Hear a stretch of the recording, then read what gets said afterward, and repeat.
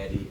After the match on Wednesday, you said that there needs to be no hangover from the Milan defeat. So how do you and your players ensure that's the case? Yeah, well, that started, I lose track of days, Thursday morning, where we're back in and sort of faced up to what had happened and discussed it, analysed it, and have to move on very quickly. And that, as I say, that process started yesterday, and yeah, we're already focused on Fulham. How has the move been? Very, very good. Obviously, while recognising we didn't achieve our objective, so no one was coming in doing somersaults, but we were, I think, understanding of the situation. So there were some solemn faces, there was some, obviously some pain and anguish in there, but that can't ever hang in football and professional sport. You have to leave it, you have to park it very quickly, because if you don't and you keep that solemn face for days, it's going to affect your next performance. So that's how it has to be. The turnaround's so quick, and it will continue to be that way for us for a while. How crucial do you think this next period is going to be with Fulham, the quarter-final against Chelsea, then Luton, and then Nottingham Forest on Boxing Day, before you have a rare thing, a little bit of a break? Yeah, I think it's going to be a big test of our ability to respond, our resilience. It's going to be a big test for us, because I think there'll be a narrative that will be negative, and we have to override that. And it can become more negative if you don't respond in the right way. So we're trying to brief the players on what we need to do next. Brilliant group, as I've said many times. I think by the time the game kicks off, we'll be ready for it. Talked about negativity there. That's not really something that you're used to, is it, in your 2 years here? The difficulties at the start, given what you inherited, but I suppose it's a fairly new challenge then for you and the group that you have. Yeah, I don't think, well, certainly not negative internally, but I understand how these things work externally, so we can't control that, and I think we can't deny that exiting Europe is a disappointment and a difficult situation for us, but it doesn't have to have an effect on what happens afterwards. That's down to us, and we can control it. So we've got some tough games coming up, because they're Premier League games and they're always difficult, and slightly more difficult in a different way now, but we just have to respond in the way that we have done so many times since I've been here. How do you see the challenge of playing a Fulham team that's won each of their last 2 matches by 5 goals to 0 and has risen up the table? Yeah, dangerous opponents for us, because Marco's got his teams, as always, playing really good football, very expansive, easy on the eye, good technical players, really good system of playing, been together for a while, it seems, the team, and hit good form. So we pride ourselves on our home form being very strong and the atmosphere being very, very good. This will be a different kind of feeling, I think, for us, and we're going to need everything to come together from our side to try and then have the environment that we want to play in. And lastly, you got Dan Burn back on the pitch on Wednesday night after missing the last 7 matches. How good is it to have such an important player and a big personality for available again in Dan Burn? Yeah, massive. And I think Dan, it's not just the player, as you say, it's the character, it's the leadership skills you get in the dressing room, his vast experience as well.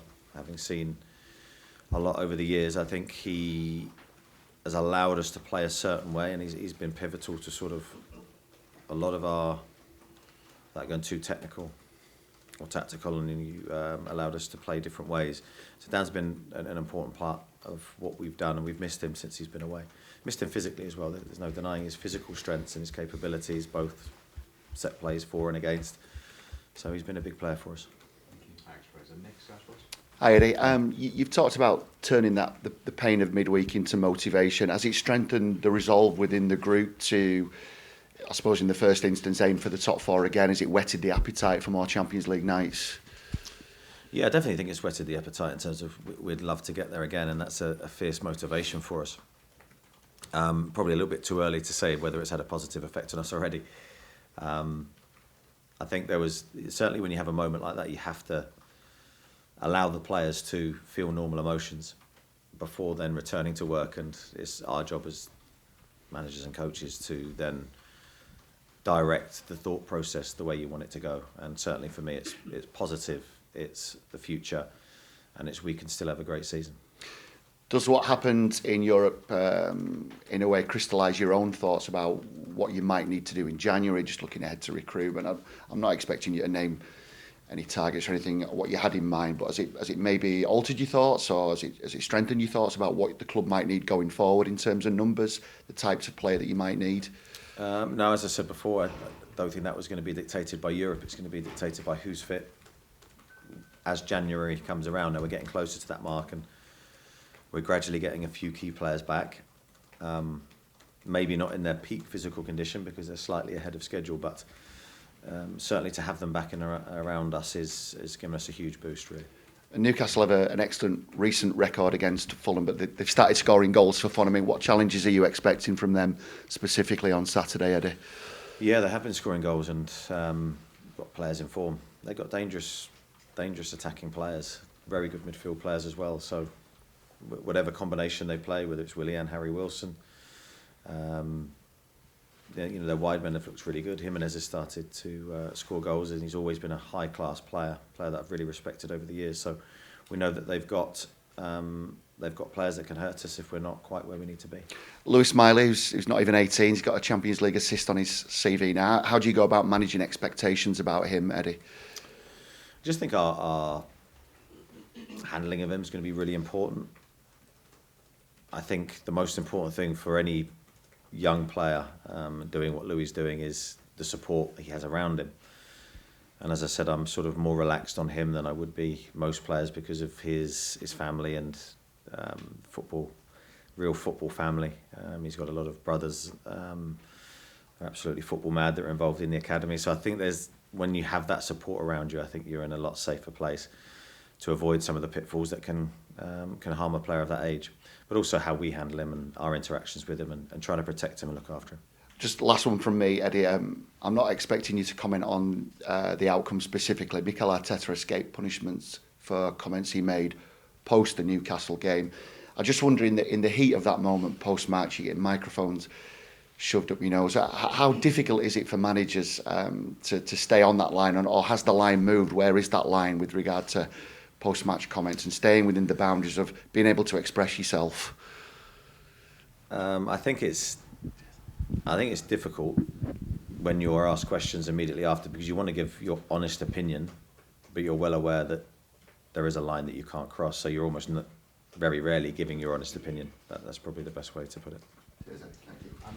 Well, Neddy, you've talked about the team, how difficult the last couple of days been for you personally. How do you deal with that sort of disappointment personally? I always use it as fuel for me. You're never, as much as you'd like to in life, in football, you'd always like to win all the time and achieve all the time and everything to go your way, but it rarely does. And when you hit a little bump in the road, I think when you're managing a team, you have to sort of have that inbuilt ability to put it away, but learn from it. And there's so much we would have learned from, or I would have learned from so many setbacks over the years and disappointments. But then you come back stronger, and then you come back wiser, and you come back with more tools, hopefully, to help you in the future. And that's all part of the process of improvement. You've talked about the fierce motivation to get back to the Champions League, but what sort of impression do you believe Newcastle have left on the Champions League this year? Yeah, some great experiences and some great moments. I feel we've left some of our best, not on the pitch, but I don't think that's a reflection on the players not executing or delivering. It's just we've been, without making excuses, our hands feel like they've been a little bit tired and we haven't seen the full expression of what we could have been. And that's a frustration for me because I think if circumstances had been different, I think you would have seen a different end result. And taking everything into account, also you just have to look, we were so close, so close, while being really stretched with our resources. And that's I have to compliment the players on what they've given. Could have been very different. And I just think we should take confidence from the fact the hardest group, and we were so close to achieving it. So I always hesitate to ask this, but what are the resources looking like out of this week, and what is the injury situation looking like? And do you feel the tide is starting to turn a little bit with the injury? I'm reluctant to say that. I don't want to say that. I think it's mixed, and it's been mainly negative for so long on the injury front, but we've battled through. And now we're getting sort of mixed. We're getting a couple of players back, but we're not getting them back maybe in their best physical condition. And you've got players that we're having to keep playing, then are picking up things. So, mixed news. Is anyone closer to being back or not? Well, Dan Burns closer to being back, and Sean Longstaff's closer to being back. And we're just trying to manage them so they stay back. That's probably where we are. The home form, like you said, has been absolutely excellent recently, certainly domestically. How important are the fans tomorrow against Fulham, given the disappointment of the week? Yeah, I think from my side, I understand we're probably not going to get a Champions League feel tomorrow. There's naturally going to be an understandable sort of, come on then, let's see how we perform. All I would encourage the supporters to do, as always, is make the environment as best it can. As best they can for the players. We need the players playing with absolute freedom, with excitement, with the joy that we've played at St James's Park for 2 years, near enough. The support has been absolutely incredible. So I understand how they will be feeling, but we need to inspire them tomorrow. That's how I see it. And just finally, on a completely another note, it was announced yesterday that Rebecca Welsh is going to be the first woman to referee a Premier League game on the 23rd of December. I just wondered, how seminal a moment you think that is for football in this country at the highest level. I think it's a great moment. I think, for me, it's got to be based on ability, not gender. Ability to referee, and I fully support it. Thanks, Eddie. Andrew Hartley. Eddie, good morning. You talked earlier about stretched resources. In that context, is exit from Europe in any way a blessing in disguise? No, I'm not going to sit here and say that. No, we wanted to go through to the Champions League next round. That was our number one priority. Second was, could we stay in Europe? We haven't, but that wasn't.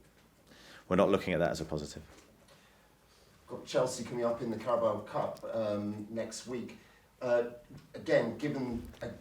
Discussing the stretched resources, do you in any way think of worry about prioritising that competition, given that it would then lead to a two-legged semi-final should you win? No, we want to go through. We're desperate to win a trophy. So we will go to Chelsea with the best team that we can, and that's what we've tried to do through this period, which has been unprecedented for me. Is just try and pick the best team every game that we've played while taking in a lot of information. And we'll do the same again for Chelsea, and then we'll do the same again for our next game until we can obviously be in a different position. I mean, you've talked in the past about intensity being the identity of the team. Do you feel in any way that that has led to the injury problems? Do you look now and wonder whether you should be a little more pragmatic maybe and adapt the tactics to suit that, or to address the injury problems? No, I don't. For me, we've had some bizarre injuries that have contributed to the situation that we're in. I don't think it's been linked to our style, personally. Obviously, I'm not naive. We play a high running game. But I think if you look at all the top teams around the world, they all play a high running game. I think there's very few, in fact, I'm struggling to think of any top teams that don't run. So it goes hand in hand. You just need a squad robust enough to handle that. And we felt pre-season we had that. And yeah, no squad can cope with the number that we've had, I think, especially when they're in similar positions. As I said, I'm not making excuses. I haven't got my violin out. It is what it is, and we're embracing it and facing it and trying to do the best we can. Fulham is an interesting challenge. They've scored 16 goals in their last 4 Premier League games, yet their away form is poor. They're winless in the last 7. So they represent quite a tactical conundrum for you in a way, don't they? Yeah, tactically, I think Marco's teams are always interesting and possession-based, very attractive and good to watch. I've always enjoyed watching his teams play and are very attack-minded. So, yeah, the away form, I think, and home form can be over-exaggerated. They're a very good team. No doubt they come here full of confidence because of their recent results, and we need to be ready. And one last one from me, going back to Arteta and his comments about the referee. Do you feel now maybe emboldened to be more critical of the referees in future, given that that line has been drawn in that ruling? I don't think it's my job to critique referees. I think that's someone else's job. It's my job to critique my team. So I don't want to make a habit of talking about referees. I don't think it should be about them. It should be about the players that are playing the game. Thank you. Thanks, broadcasters. Damien? Eddie, can I check on Kieran Trippier and Anthony Gordon? How they Kieran's missing this game through suspension, so I think it's probably a good time for him to rest a couple of knocks that he's got, and we'll see how he looks for next week. Anthony usually is a very quick recover of different things, so we'll see how he is today. So I've given you nothing. Apologies. Fully expected. Just on January, in terms of your budget, are there any implications for your budget of going out of the competition? You may have had more available had you had more revenue to come from them. Yeah, I mean, of course, going out of Europe will have repercussions financially for us because we're going to lose revenue on games that we could have had. But that's all been budgeted for. And we'll see where we stand. Thanks, Damien. Jordan and then Dominic? Continue with the theme of injuries are probably going to mean nothing here as well, but 3 players that have obviously been ruled out for a while now. Sven Botman, Joe Willock and Harvey Barnes. Any update on them? No, not really. Joe Willock's going to... Joe Willock's... I'll give you some feedback on Joe. Joe's in a period where he's had a couple of injections in his Achilles, which has been a sort of a long-standing problem for him, difficult injury. We're in the process of obviously trying to get him back fit, but I don't think he'll be back this side of January. And that will be the same for Harvey, who's unfortunately didn't have surgery on his foot. The specialist felt that he would be okay. And we're still hoping that it's not longer term. I mean, he won't need an operation, but we're still in that phase where we're going to see whether he's going to come back or not. In terms of the top 4, is there still a belief within the squad that you can get the top 4 this year, even though you have 7 points coming outside of it? Yeah, of course we can, but we're going to need to have a really good run of form. We've got every chance. We've got the games. The points are available for us, but we're going to need to sustain a really good, as I said, period of form. We're going to need to win games. We're going to need to improve our away form, so that there's things there for us that challenges for us really to respond to. But I've always backed the group to be able to do that. We've always done that historically. Dominic? Touched on Dan Burn before. The player himself admitted he probably pushed himself to be back sooner than expected. What does that say about his character to come back and help the side in a difficult situation despite not being 100% fit? Yeah, I think all the players that have been injured have had that thought in them. They've all wanted to come back. They've all seen the position that we've been in, and I'm sure they've all felt different emotions watching the team. So I think there's been that, can I push myself? Now, we've been very careful. We don't want to push players where they break down. But if you're able to play, so Dan's is more a pain management issue, his injury, rather than a sort of a reoccurrence issue. And he's done really well. He's looked really good in training. He's pain-free, so that's the main thing for him, and hopefully he continues to improve. And on the subject of left-backs, Lewis Hall, you've got a loan deal with Chelsea with an obligation to buy based on performance-related criteria. Just direct question, has he met that criteria so far? You're probably asking the wrong man. I'm not 100% sure. Do you expect him to be a Newcastle player permanently next season? We'll have to come back to you on Yeah, come back to you on that. that. Scott? Have you spoke to Amanda Murdad, you see her since Wednesday, Eddie, and do you think that they share a kind of understanding that there's an awful lot of mitigating factors for what's happened in terms of Newcastle going out of the Champions League? Yes, I have regular communication with them all, and they've been nothing but supportive. Not just through this time, but through my whole time here. I think they see, as I've said many times, they see the work that goes on behind closed doors. They have close relationships with the players. We are like a family. I know it's an overused cliche, but we're very close. Not just me with them, but with everybody connected with the club, the inner workings of the club.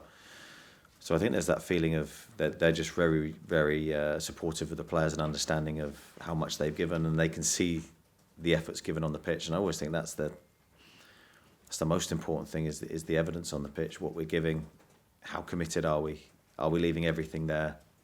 And I think we have. That's why I have no regrets over what the players have given during this Champions League campaign. Might have regrets over a couple of other things, but not so much, or not at all actually, on what the players have given. For me, that's always the biggest judgment for me. And in terms of, it's obviously been a massively exciting thing, and you'll have taken an awful lot from it, but in the bigger picture of the club's journey, this was always kind of ahead of schedule, wasn't it? So in some ways, while we talk about the budget and what's missing, that was never really part of the longer term plan. It was always a bonus to a degree. Is that fair? Yeah, I think that's fair. I mean, I think if you're looking at it analytically, that the players did incredibly well last year to finish where we did, and it was miles ahead of schedule, because pre-season no one was talking about top 4 Champions League football. You have to give the players a lot of credit. What you can't do is give them a lot of credit and then hammer them at the same time,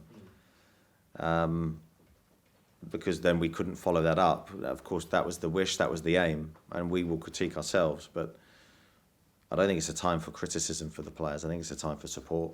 Of course, I'm fully prepared to criticise us if I feel that's right. But in this moment, with what they've given, the same 11 players, playing almost the last 5-6 weeks, I think deserves a lot of credit. And sorry, just one last one from me. Minty and Kubu Minter scored obviously at Celtic in the week. Have you had any more thoughts about him in January? And if you had, can you literally trigger that recall on January the 1st? And if you wanted to, get him back in, relatively quickly now? We're nearly there, aren't we? Yeah, we are. No, we can't recall him. We could possibly come to an agreement with the club and the player, but there's no clause. Thank you. Simon and then Lee Ryder. Hi, what's a good finish this season in your book? Is being in Europe kind of essential at the club now, and never went into its top 4 or top 7,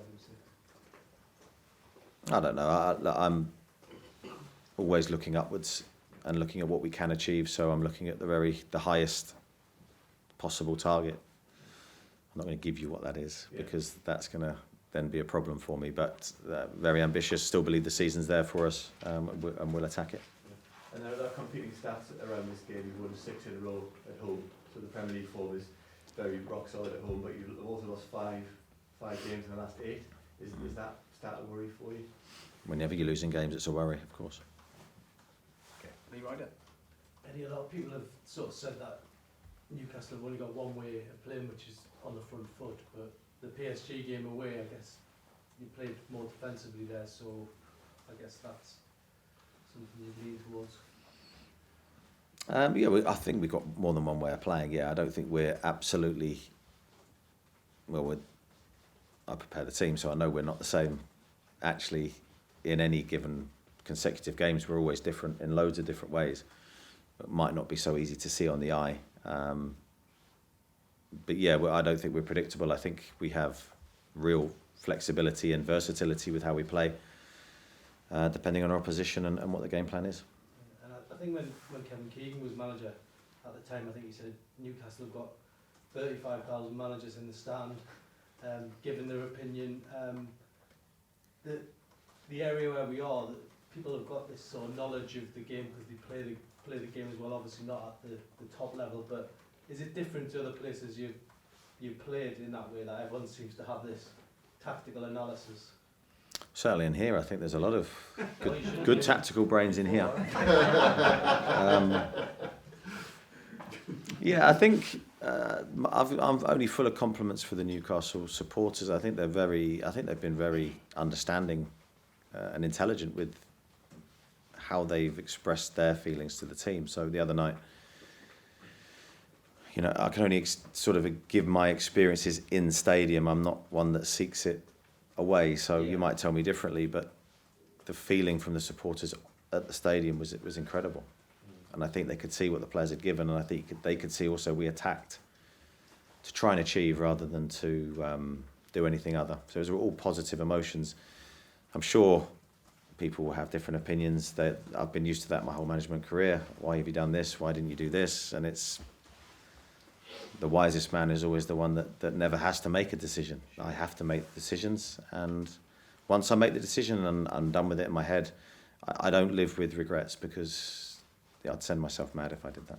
Yeah, I mean, I guess hindsight's a wonderful thing, but I guess the overriding thing that people have said is, at 1-0, why wasn't it just a case of shut shop and try and just hold on for that 1-0 precious lead? Easy to say now, I suppose. Sounds great, doesn't it? Yeah. The reality is we conceded from a second phase set piece. Okay. So I don't know how shutting up shop can stop that. We had to defend the set piece better. Yeah. We had to get the details right on that, and we didn't, and we paid the price for it. Yes, the second goal is an example of us attacking the game. Fabian's gone on a lung-busting run with the intention to try and score and send us through to the Champions League. I'm not going to criticise that. That's the attitude I want from the players.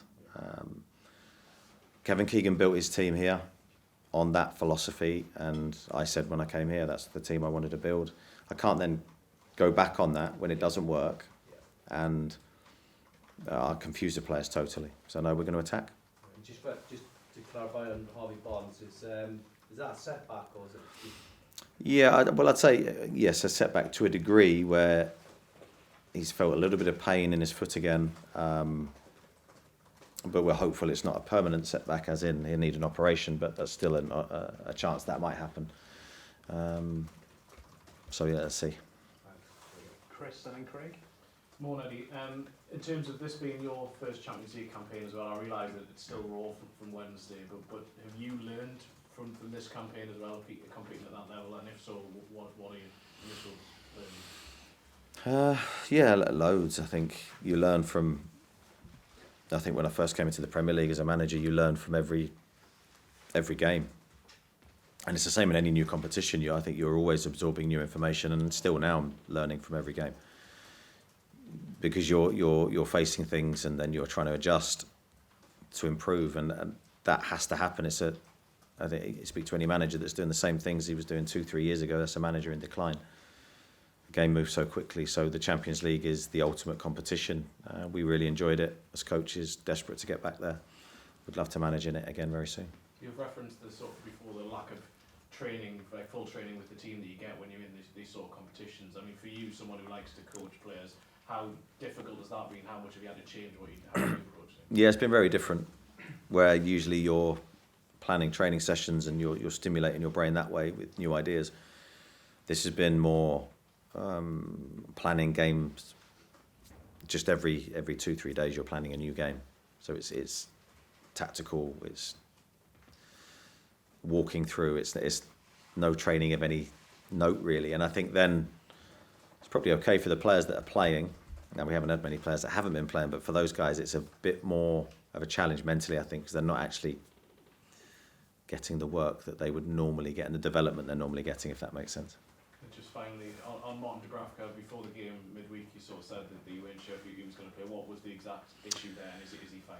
Yeah, Martin had an illness, and he's been carrying that illness for around 7 days, so I think there's a lot of it going around at the minute. I've been victim to something as well, so hopefully he's 100% now. Okay, Craig and then Martin. Eddie, you can't speak about the specifics of Lewis Hall, but how do you see what he's done so far this season, his development, and how do you see that going forward? Yeah, Lewis is a really talented player. Huge technical qualities.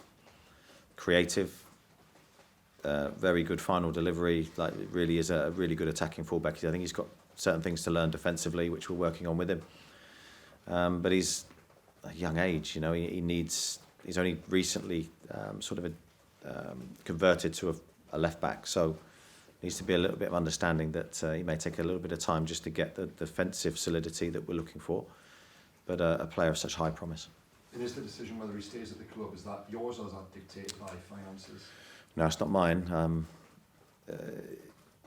For me, he's here now. He's a Newcastle player, but I think there's certain criteria he has to hit. Okay. Martin and then Louise to finish. Hi, you mentioned Joe Willock and Harvey Barnes might not be until the end. Did you say the end of January? Is that a blow and it might impact your transfer plans? Yeah, I'm not saying the end of January, but we might not see them before. Oh. Just with the amount of games that we have. Yeah, as I said, our January plans will be dictated really by where the squad stands. Maybe not the 1st of January, but trying to predict who will be fit by the end of January. And before the game against Milan, you said psychologically you had a couple of things to help the players. Does that mean you'll have something after, post that match and the impact to kind of bring them through and get them back ready for the rest of the season? Well, you have to be adaptable, so there's always things. And certainly there's a psychological, probably our biggest challenge between AC Milan and Fulham is the psychological aspect of the game, not so much tactical or technical. So we need to make sure we're fully ready for this game and just look at this game as another opportunity to achieve. And potentially one game away from another semi-final. Is your desire to win a trophy at this club as great as ever? Has that increased this week? Yeah, I think I don't know if it can keep increasing, can it? I don't know. But yeah, it's there, and we will take that game when it comes around. I don't want to take the focus off this game, but when that game comes around, that will get our absolute priority, that game. Okay, thanks. Louise to finish. Hi. Hi, Eddie. You were saying on Wednesday night that confidence can be fragile in football. So is your new psychologist playing an active role in ensuring that this doesn't become a problem? And what kind of things does he actually do? How do you build confidence? Well, you hit me with a lot there. Yeah, our new psychologist is. Yeah, I don't want to make too much of that. He's not just there for the first team; he's there for the whole football club. So he's taking on a very broad role. You know, trying to help in all sorts of things, not just performance. I think confidence is a fragile thing for all of us, and I think the only way to protect it that I know is to work hard. And to be disciplined and professional and keep coming back and be resilient. And I think then you always earn your own luck, and then that builds confidence. So that's the only way that I personally know, and that's what I'll continue to use. And in the past here, when there's been injuries, assorted managers have had sort of reviews of the rehab protocols and the medical department. Physio department. Is there anything like that ongoing? I mean, I know some of the injuries have been freaks, but there are a lot. Is that something that's being reviewed? Of course, yeah. We review every department of the football club on a regular basis, so the medical team will be no different. And of course, when we get an injury or even a re-injury, there's an investigation. Well, investigation sounds very heavy. You know what I mean? There's a thorough review into that. A lot of the time, though, with injuries, you're in the hands of the specialists. Who obviously, aren't connected to Newcastle anyway. They're obviously the top medical people, so you're in the hands of them to a degree with what treatment they advise. We follow that obviously closely, and unfortunately this year we've had a couple of difficult situations.